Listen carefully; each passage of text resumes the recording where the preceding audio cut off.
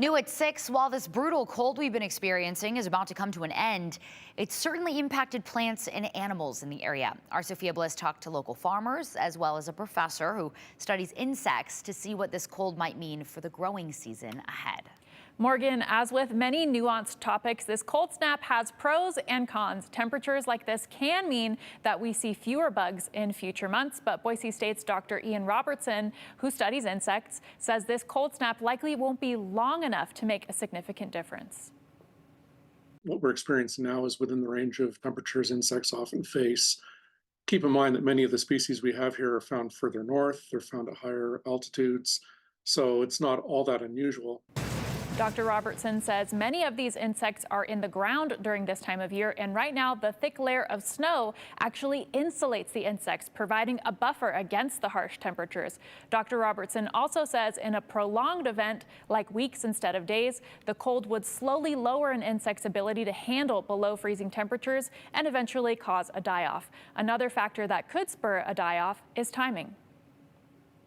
It's probably more important in terms of when these types of events occur. So if they were to occur early in the fall before the insects were ready to hunker down for the winter, that could really have an effect. Or if it happened in the spring when everything was sort of on target for emergence and then it got very cold, that could cause a big die-off. But this time of year, I'm expecting that the insects can handle it.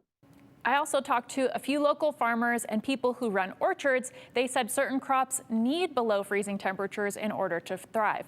Brad Holmes from Fliver Farms in Caldwell says this is the case for winter wheat. Lance Phillips from Gem Orchards in Emmett says long, hard freezes like this do not hurt the fruit trees. So Morgan, while it's felt really extreme to us, the good news is it seems like this cold spell will not have too much of an impact on the crop health, but a big factor will be the future water supply, which we'll get more clarity on in the months ahead. I mean, Idaho always gets really cold. Yes. It's not like this is extremely unusual if you look at a decades-long trend. And this is, of course, always a very good place to grow crops. Yes, definitely. We've got good soil. And also, just on a side note, we get about 2 days per winter that we go below zero. So we're pretty close to being on average with that. It's just been in the past 10 years. We haven't really seen that trend happen every year. Right.